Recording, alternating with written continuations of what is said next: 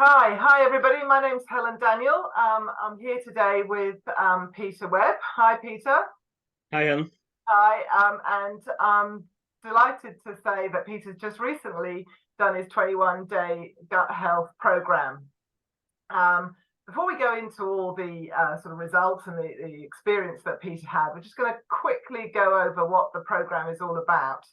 So basically, this is about eating a clean and healthy diet, breaking some bad habits that may have crept in over time and creating some good habits. It's also about looking after your gut health and your microbiome, caring for yourself, your whole body, and your mental wellness. There's no doubt that over the last few years, the last couple of decades in particular, there have been a lot more studies and research that's gone into gut health and the effects that having a well-balanced microbiome can have on your overall body, and it includes everything from sort of your physical well-being, your emotional well-being, dealing with stress, anxiety, sleep. It's the whole encompassing thing with your body. So I'm really delighted that Peter is going to be sharing his story today. Before we actually go into all the results, I'd just like to take you back to the beginning when you first started and just share with us what some of your issues were, if you had any, and whether you had any reservations about doing the plan. Well, I didn't think I had any issues, like flaring issues, so to speak. I'd heard a lot about gut health on podcasts that I've been listening to on dog walks, etc., over the last year and a half, and it got to the point where I thought there must be something in this.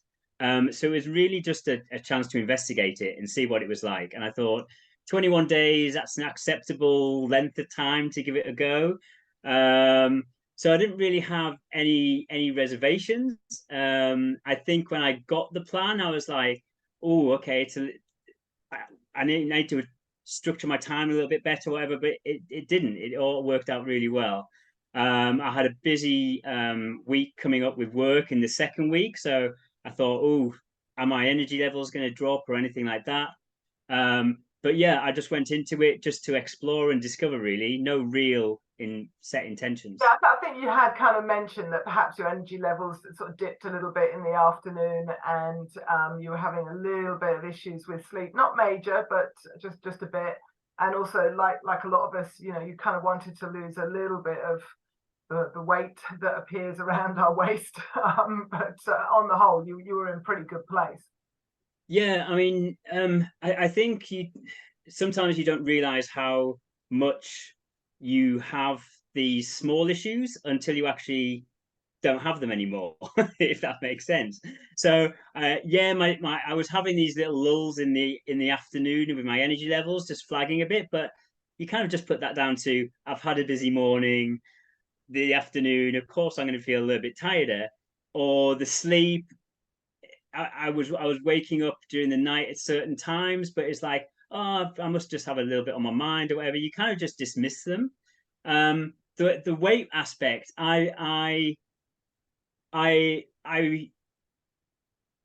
feel I train and I exercise quite regularly, but I'm always aware that the especially most men will probably resonate with this. That midriff area is a hard place to shift, Maybe it's just especially men. especially when you get over your 40s, over 45. And I'd never really been able to drop below 88 or get to 80 kilos, even though I do a healthy diet in January and do a detox diet every year in January. I'd never really got to what I think is my true fighting weight, if you want to call it that, the weight that I'm going to be at my best at. So there were little niggles, but nothing that I would have said, oh, I have to go on this plan because of that. Okay. So then you did the 21 days, which and you stuck to it, which is fantastic. So come on in, share with us what the results were. I think the reason why I'm so shocked by the results is because I wasn't expecting there to be that many results. Because I went in with it with the mentality I've just described, I didn't think the results were going to be that dramatic, and that's why I'm probably a little bit shocked by them. So the two probably most notable results are that I lost 5.7, so just under 6 kilos in weight. In old school, that's 12 pounds, so nearly a stone in weight. Yeah. And that was something that I said I wasn't expecting, or I thought I would lose in that period of time.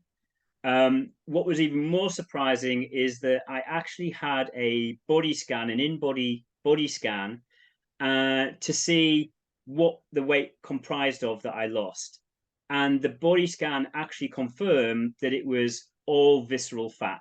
That's amazing. That's incredible.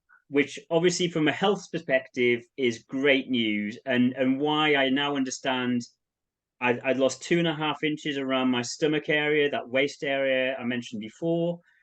So that was visceral fat, which is not good for your health, and it wasn't going to be shifted easily. So that was a big win. Fantastic. Everyone's happy with that. Body fat dropped by 6% in total. So from a data source, because I work in the health and fitness industry as well, data is quite key. It backs up what I was feeling. And the other result was really just my energy levels. My energy levels were really high. I wasn't having those lags in the afternoon anymore. And I witnessed that on the second week, where I did a cycle ride up Box Hill. To any cyclists, they know that that's the Olympic 2012 route. It's a challenging. It is a challenge.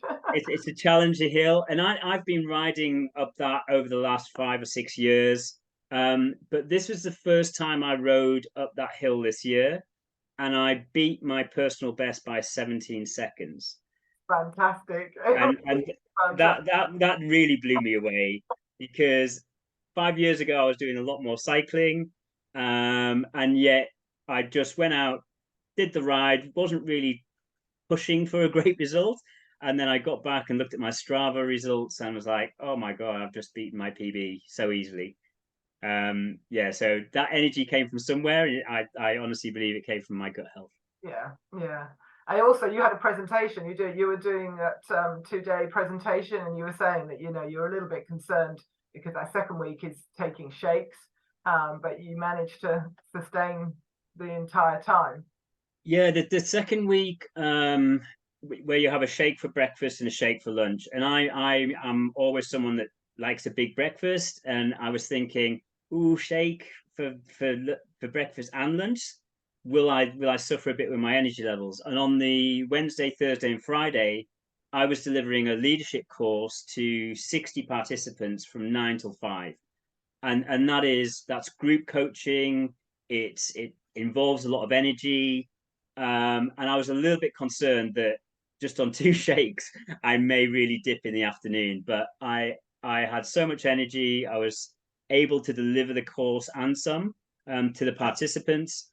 So that was a surprise, but really put any doubts that I had to the back of my mind.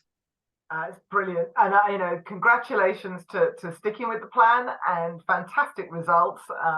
I think it's quite interesting when people go in with quite an open mind, not necessarily expecting a great deal, but then they get these incredible changes, which energy is so important, and being able to cope with everyday life and the stresses and the strains that we have in everyday life, whether that's working or home life.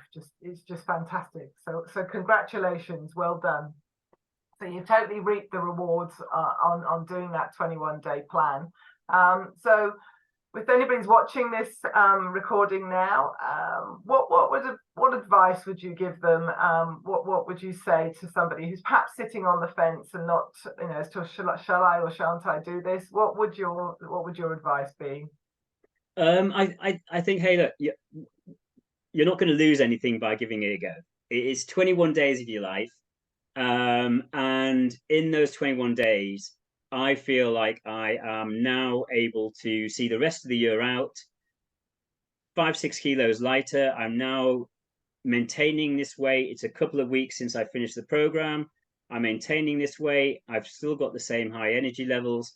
Why wouldn't you commit 21 days to feeling so good for the rest of the time in the future. So just give it a go, give it a whirl.